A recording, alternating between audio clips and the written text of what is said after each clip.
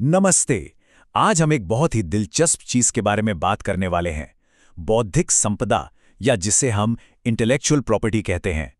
ये एक ऐसा टॉपिक है जो आज की दुनिया में हर क्रिएटर, हर इनोवेटर और हर बिजनेस के लिए बहुत ज्यादा जरूरी है।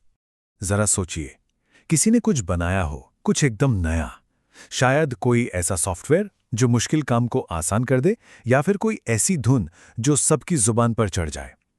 कभी ये ख्याल आया है कि कोई और उसे इतनी आसानी से कॉपी क्यों नहीं कर सकता? तो फिर ऐसी मौलिक रचनाओं को चोरी होने से बचाता कौन है? इसका जवाब एक बहुत ही मजबूत कानूनी ढाल में छिपा है। तो चलिए इसी कानूनी ढाल को थोड़ा और करीब से समझते हैं। इसी को हम कहते हैं बौद्धिक संपदा या इंटेलेक्चुअल प्रॉपर्टी। यही वो चीज है जो हमारे आइडियाज और क्रिएशंस को कानूनी सुरक्षा देती है। तो आखिर ये बौद्धिक संपदा है क्या? देखिए, वर्ल्ड इंटेलेक्चुअल प्रॉपर्टी ऑर्गेनाइजेशन के हिसाब से ये वो अधिकार हैं जो किसी इंसान को उसके दिमाग की उपज पर, यानी उसकी अपनी क्रिएशन पर मिलते हैं। ये अधिकार एक तय समय के लिए होते हैं और उस दौरान सिर्फ क्रिएटर ही अपनी रचना का इस्तेमाल कर सकता है। और हाँ, इंटेलेक्चुअल प्रॉपर्टी का दायरा बहुत बड़ा है। मतलब ये सिर्फ किताबों या गानों तक ही नहीं है, जैसा ज्यादातर लोग सोचते हैं। नहीं, इसमें तो साइंटिफिक आविष्कार, मशीनों के डिजाइन, ब्रांड के नाम और लोगो, यहाँ तक कि आर्टिस्ट की परफॉर्मेंस भी शामिल हैं। तो इस बड़े से दायरे में सबसे पहले बात करते हैं आविष्कारों की, जिन्हें प्रोटेक्ट करता है पेटेंट।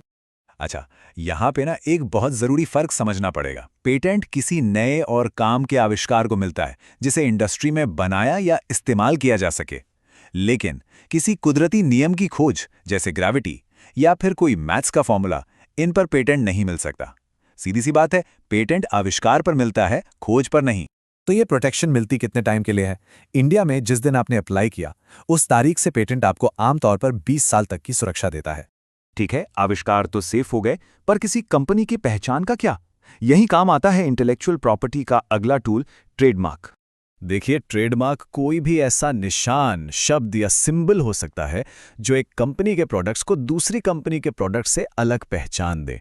असल में इसी की वजह से तो हम बाजार में अपने फेवरेट ब्रांड को पहचान पाते हैं, है ना? इसे एक असली केस से समझते हैं। एक बहुत फेमस मामला था जहां कोर्ट ने पाया कि ग्लूकोज बिस्किट नाम की पैकेजिंग एक पहले से मौजूद ब्रांड ग्लूको बिस्किट से इतनी ज्यादा मिलती जुलती थी कि कस्टमर्स को धोखा हो सकता था।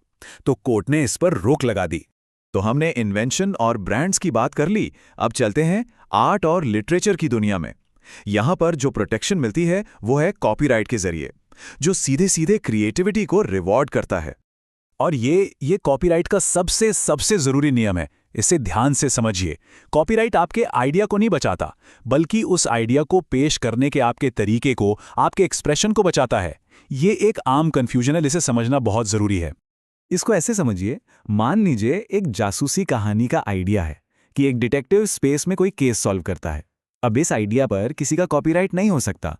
कोई भी इस आइडिया पर अपनी कहानी लिख सकता है, लेकिन किसी राइटर ने जो खास शब्द, सेंटेंस और जिस तरह से पूरी कहानी बुनी है, वो उसका एक्सप्रेशन है और वो कॉपीराइट से प्रोटेक्टेड।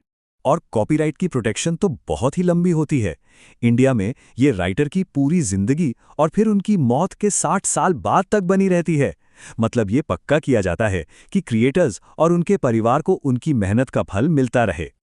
अब एक और जरूरी बात, ये जो सारे नियम है ना, ये सिर्फ किसी एक देश के अंदर काम नहीं करते। इनका एक पूरा इंटरनेशनल सिस्टम है जो इन्हें आपस में जोड़ता है। ये सिस्टम धीरे धीरे बना है। देखिए, 1886 में आया बर्न कन्वेंशन, जिसने लिटरेचर और आर्ट के कामों को प्रोटेक्ट करने के बेसिक नियम बनाए। फिर 1967 में वर्ल्ड इंटेलेक्चुअल प्रॉपर्टी ऑर्गेनाइजेशन यानी WIPO बना, ताकि दुनिया भर में IP को बढ़ावा दिया जा सके। और फिर 1994 में आया ट्रिप्स एग्रीमेंट, जिसने IP के लिए इंटरनेशनल मिनिमम स्टैंडर्ड तय कर दिए। तो आखिर में सवाल ये है कि ये सब इतना ज़रूरी क्यों है? देखिए, ये इसलिए ज़रूरी है क्योंकि इंटेलेक्चुअल प्रॉपर्टी का पूरा सिस्टम इनोवेशन को, नई सोच को बढ़ावा देता है। जब क्रिएटर्स को ये भरोसा होता है कि उनके काम की नकल नहीं होगी, तो वो और नई नई चीज़ें बनाने के लिए मोटिवेट होते हैं। इससे कंज्यूमर्स को भी असली और नकली प्रोडक्ट्स में फ़र्क करने में मदद मिलती है, जिससे मार्केट में एक भरोसा बनता है। तो आगे क्या? आज हम AI से बनी आर्ट और ब्लॉकचेन पर बेस्ड क्रिएशंस देख रहे हैं। जैसे जैसे टेक्नोलॉजी आगे बढ़ेगी, एक बहुत बड़ा सवाल हमारे सामने खड़ा होगा कि ये इंटेलेक्चुअल प्रॉपर्टी के कानून उन नई और कमाल की रचनाओं को कैसे प्रोटेक्ट करेंगे जिनके बारे में आज हम सोच भी नहीं सकते। ये एक ऐसा सवाल है जो आने वाले वक्त में हम सब के लिए बहुत अहम होने वाला है।